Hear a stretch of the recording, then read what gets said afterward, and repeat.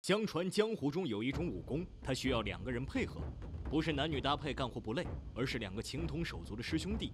武功名叫点子合手之合手功法，就是这样的操作，两个人手挽着手，相互配合攻击，是一个很好防止被群殴的武功。反派使用一个铁棒拴住的铁爪，比泡椒凤爪的爪子还要厉害，基本上是无敌的。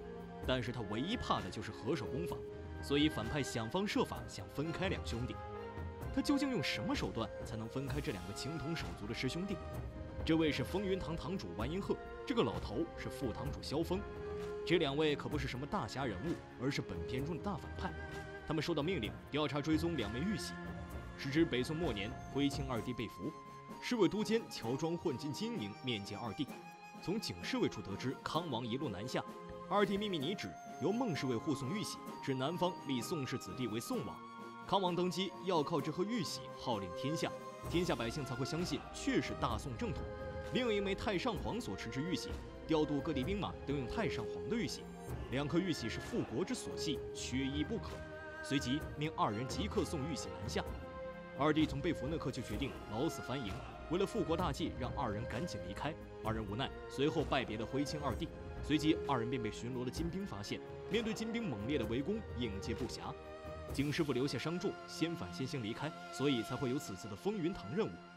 管家老郑闻言赶紧离开。完颜鹤察觉到老郑有可能是奸细，于是派出手下跟着老郑。伤重的景师傅终于回到了家。景侍卫有3个徒弟：天龙、天虎、天豹。景侍卫受到重伤，怕不能复原，就把这个艰巨任务交给3个徒弟。这边孟师傅也回到了家中，他有一个女儿名叫孟玉。此时的风云堂的老郑也赶到了，带来了风云堂搜寻他们下落的消息。孟师傅命女儿连夜去找景侍卫，通知他带着玉玺赶来会合。景侍卫这边把真的太上皇玉玺交给了稳重踏实的大徒弟天龙。他深知二徒弟心浮气躁，傲气太重，准备给二徒弟天虎一个假玉玺。如果不给他，指定会引起他的不满。为了任务顺利进行，师傅煞费苦心。师傅教2个徒弟合手武功，这种武功必须2个人配合，所以师傅派他们2个人一起去。此时堂主的手下闯入孟师傅家跟踪老郑，所以知道了他的地址。孟师傅拖着伤体与他们周旋，老郑不敌，不幸被他们给送走了。孟师傅也寡不敌众，被活捉了。这边3个人一起下山后，堂主带着人马找到景侍卫这里，挑明了身份，逼景侍卫交出玉玺。景侍卫大意，宁可去领盒饭，也不说出太上皇玉玺的下落，却被天豹这个傻徒弟说穿了，告诉他们玉玺被师兄带下山了。真是不怕神对手，就怕猪队友。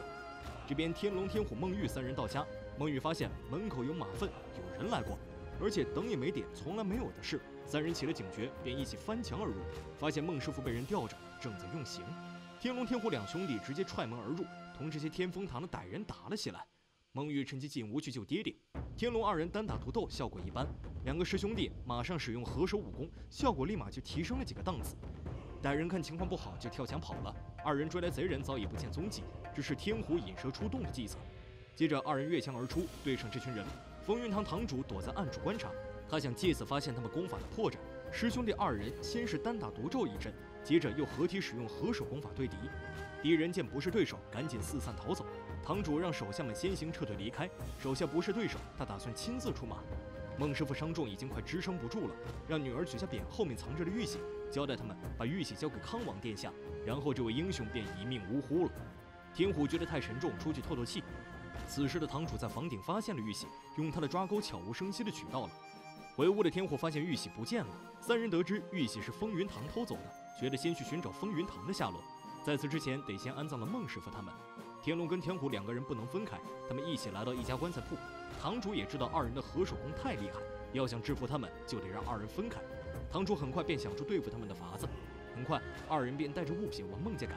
堂主派出师妹小燕去演戏，途中假装被一群土匪打劫，2兄弟路见不平一声吼，该出手时就出手。小燕姑娘戏演的该拿着小金人，天虎不放心，要送小燕姑娘回家，天龙则是回孟家去帮孟玉的忙。小燕已经带着天虎来到风云堂，副堂主萧峰假扮小燕的父亲。小燕姑娘说是天虎救了她的命。萧峰邀请天虎去里面坐坐，想要感谢天虎救人的恩情。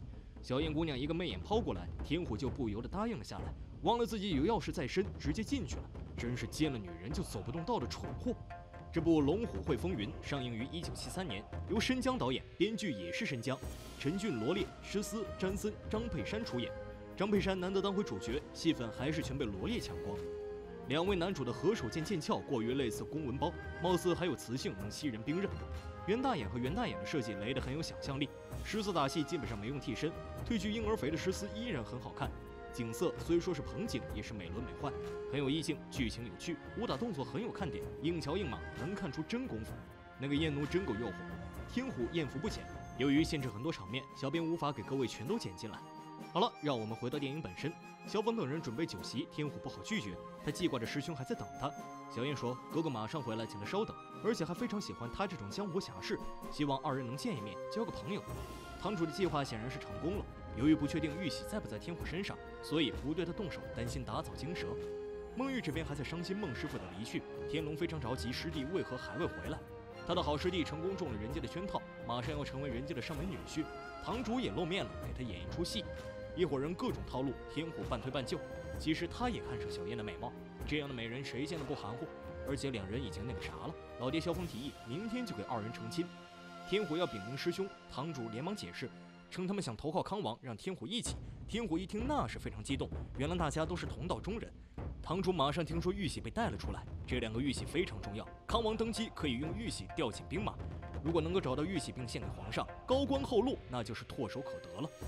天虎一听上头了，说玉玺在他身上，为了证明他的话，当即掏出玉玺，不想打开一看，却是个假玉玺，这下丢人丢到姥姥家隔壁去了。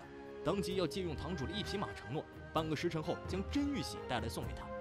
天虎丢脸了，回来后非常的生气，他要天龙快把真的玉玺拿出来，拿了假的玉玺，害他当众丢了人。师兄一听，当即要掏出来给他。孟玉及时阻止，说是此事恐怕有诈，那严家兄妹恐怕是完颜的颜。天虎已经冲昏了头脑，他为了玉玺要跟师兄动手，结果师兄弟两个不欢而散。天虎这边才刚刚离开，堂主的师姐女汉子就杀过来报仇。天龙落单之后变得非常菜，打起架来远不如孟玉来的利落。孟玉一人面对围攻也不落下风，眼看天虎不知被拉了一道口子，孟玉急忙冲过去帮他分担压力。幸亏天虎此时赶回来帮忙，兄弟齐心，其利断金，威力不一般。天龙十分高兴师弟能回来帮忙，天虎仍然不高兴玉玺的事情。天龙觉得谁拿都一样，就给了他。没想到天虎拉着玉玺撒腿就跑。女汉子回来后，堂主非常生气，没有得到他的许可便擅自行动，只是没有把他这个堂主放在眼里，说话间就要请堂规处置他。他们的谈话正好被天虎听到，他把玉玺藏在风云堂石碑下面，然后将计就计，也用同样的手段想骗堂主手中的另一个玉玺。见天虎迟迟不肯掏出真的玉玺，堂主无奈也只能拿出另一枚。天虎将玉玺拿到手就打算撤退，天虎当即与他们打了起来，只是没有师兄，他又能撑多久？最终被风云堂给俘虏。不久，孟玉跟天龙找到了这里，两个人分头行动，孟玉先进去，正好遇到奥斯卡影后小燕同学，随即两个人便打在一起。这一段打斗动作优美，身姿迷人，是小编看到现在最精彩的一段。最后孟玉成功解决了小燕姑娘，然后穿上小燕的衣服混进牢里。天虎也没有将孟玉给认出来，以为他是来套问真玉玺消息，态度很是坚决，回绝他的燕儿。孟玉也不再伪装，直接动起手来，找到看守贼人身上的钥匙，给天虎这个傻货打开了锁链。师兄此时被风云堂的人骗了进来，堂主下了令，让手下好好招待他。这兄弟二人，一个太傻，一个太奸，明明点子合手功法所向披靡，可是这二人却总是分开来行动，分开的威力那就不够看的了。只是不知道大师兄还能撑多久。眼看着师兄天龙有些后继乏力，这不直接就让人给踹了出去。可是大师兄如同小强般顽强，堂主没有耐心，不想再等了。师兄一边被挟制着，一边对敌，落单之后眼看着就要被干掉。幸亏孟玉跟天虎及时赶来。孟玉的武功很是不错，很炸裂，感觉他比两师兄弟还要厉害。天龙跟天虎两兄弟合并之后，兄弟齐心，成功干掉了完颜堂主。至此，两枚玉玺终于再一次相见。三个人拿着玉玺开心地离开，祝康王附送，得太上皇与皇上两块玉玺。风云堂人多势众，面对天龙、天虎以及孟玉三人，却被杀得分毫不剩。完颜鹤除了一条长链铁手，再无所长，十色两手各执一刀，动作流利，毫发无伤。张佩珊与罗烈两刀合璧，完颜鹤被一刀劈为两半，这死法很暴力，很直接。此片可以看到一个特别轻松的罗烈，还可以看到褪去婴儿肥的诗思。美女诗思的打戏在这部戏里面比之前真的是有了长足的进步，武打动作刚劲有力，利落非常。小编觉得，虽然主角是师兄弟二人，但是这部剧里面的第一高手应当是有勇有谋的美女诗思。